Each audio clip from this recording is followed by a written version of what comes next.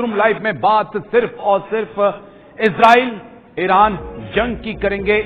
जंग का 10वां दिन और अमेरिका की इस जंग में डायरेक्ट एंट्री हो चुकी है। ईरान की 3 न्यूक्लियर साइट के ऊपर अमेरिका ने बम बरसाए हैं और अब सीधा अमेरिका इस जंग में शामिल हो चुका था। जिस बात के कल कयास लगाए जा रहे थे कि क्या अमेरिका इस जंग में शामिल होगा नहीं होगा, नेतन्याहू क्यों अमेरिका गए हैं, डोनाल्ड ट्रंप ने क्यों वक्त लिया है 10 से 12 दिन का, तो उन कयासों पर अब विराम लग चुका है क्योंकि अमेरिका ने अब जंग में डायरेक्ट एंट्री कर ली है। कहां कहां अमेरिका ने अटैक किए हैं, ईरान के पास अब क्या ऑप्शंस हैं, चीन और रूस क्या खुलकर अब जंग के मैदान में उतरेंगे, नॉर्थ कोरिया क्या कुछ करेगा, यमन के तरफ से क्या कुछ धमकियां दी जा रही हैं और क्या ईरान के प्रॉक्सी अब खुलकर जो है अमेरिकी बेसिस के ऊपर अटैक करेंगे।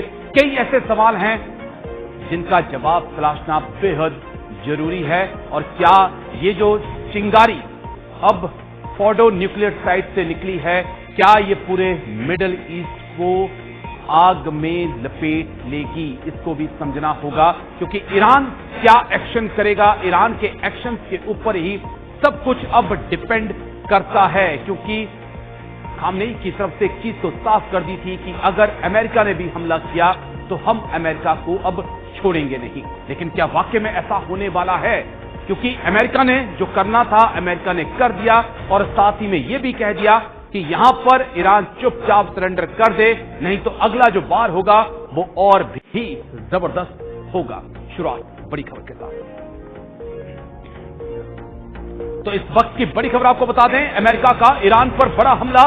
इस वक्त की बड़ी खबर, 3 न्यूक्लियर साइट पर ताबड़तोड़ हमले किए गए। फोर्डो, नतांज और इस्फहान को बनाया गया निशाना। इस वक्त की बड़ी खबर, अब ईरान शांत रहे वरना फिर हमला करेंगे। डोनाल्ड ट्रंप ने सीधी धमकी दी है। अमेरिका का ईरान पर बड़ा हमला, 3 न्यूक्लियर साइट पर अटैक किया गया है। कौन कौन सी वो न्यूक्लियर साइट हैं, मैप के जरिए आपको वो भी बताएंगे। फोर्डो, नतांज और इस्फहान को निशाना बनाया गया है। अब ईरान शांत रहे वरना फिर हमला करेंगे। अमेरिका का ईरान पर बड़ा हमला, इस वक्त की बड़ी खबर आपको दिखा रहे हैं। अमेरिका का ईरान पर सबसे बड़ा हमला, डायरेक्ट एंट्री अमेरिका की इस जंग में अब हो चुकी है। और अगर यहां पर डोनाल्ड ट्रंप ने भी साफ कहा है कि अगर यहां पर ईरान अब पलटवार करता है तो इससे भी जबरदस्त वार जो है वो ईरान पर, तेहरान पर किया जाएगा। यानी कि सीधे तौर पर कहें तो नजरें इस वक्त ईरान के ऊपर है कि अब ईरान इस जंग को किस मुकाम तक ले जाना चाहता है और बीजिंग से, मॉस्को से उन्हें क्या कुछ इस वक्त जो है समर्थन मिल पाता है, उसके ऊपर डिपेंड करेगी ईरान की कार्रवाई। लेकिन यकीन मानिए कि ईरान कुछ ना कुछ तो जवाब अमेरिका को जरूर देगा। फोर्डो, नतांज और इस्फहान को निशाना बनाया गया है।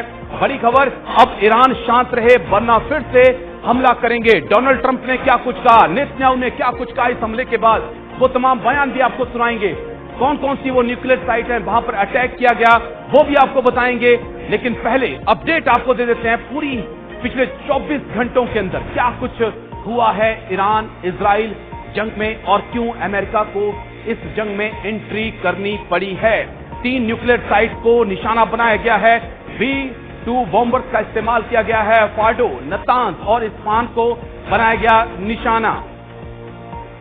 जल्दी से एक बार ग्राफिक्स अपडेट दे देते हैं कि क्या कुछ पिछले 12 से 24 घंटों के अंदर घटा है और क्यों अमेरिका मजबूर हुआ है इस जंग में कूदने के लिए। और क्या जो नेतन्याहू चाहते थे कि अमेरिका इस जंग में दखल दे, क्या नेतन्याहू अपने मंसूबों में कामयाब हो चुके हैं? कुछ ऐसे सवाल जिनका जवाब तलाशना बेहद जरूरी।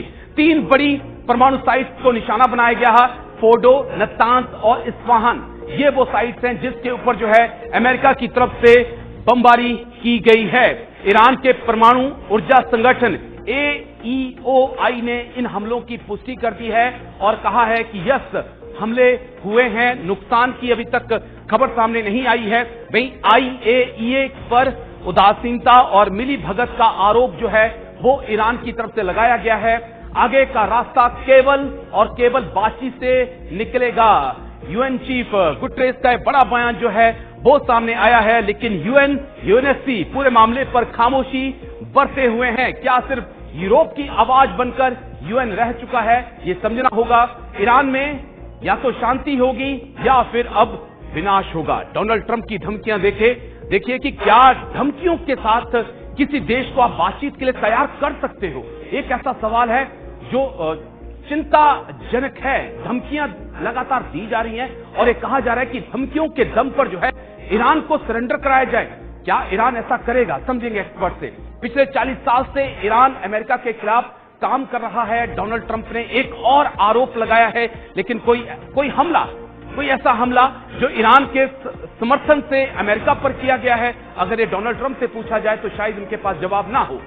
ईरान क्या अब अमेरिका पर हमला कर सकता है, यह समझना होगा कि क्या वाकई में ईरान के पास ऐसी मिसाइलें, ऐसी तकनीक है जो हजारों किलोमीटर दूर जो है अमेरिका तक पहुंच सकती हैं, या मिडिल ईस्ट में जो अमेरिका के बेसेस हैं उनको ईरान निशाना बनाएगा।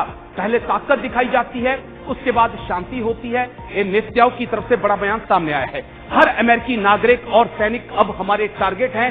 ये ईरान ने तस्वीर को साफ कर दिया है कि जहां भी अमेरिका के नागरिक और सैन्य संस्थान हमें मिलेंगे वहां पर हम उनके ऊपर निशाना साधेंगे।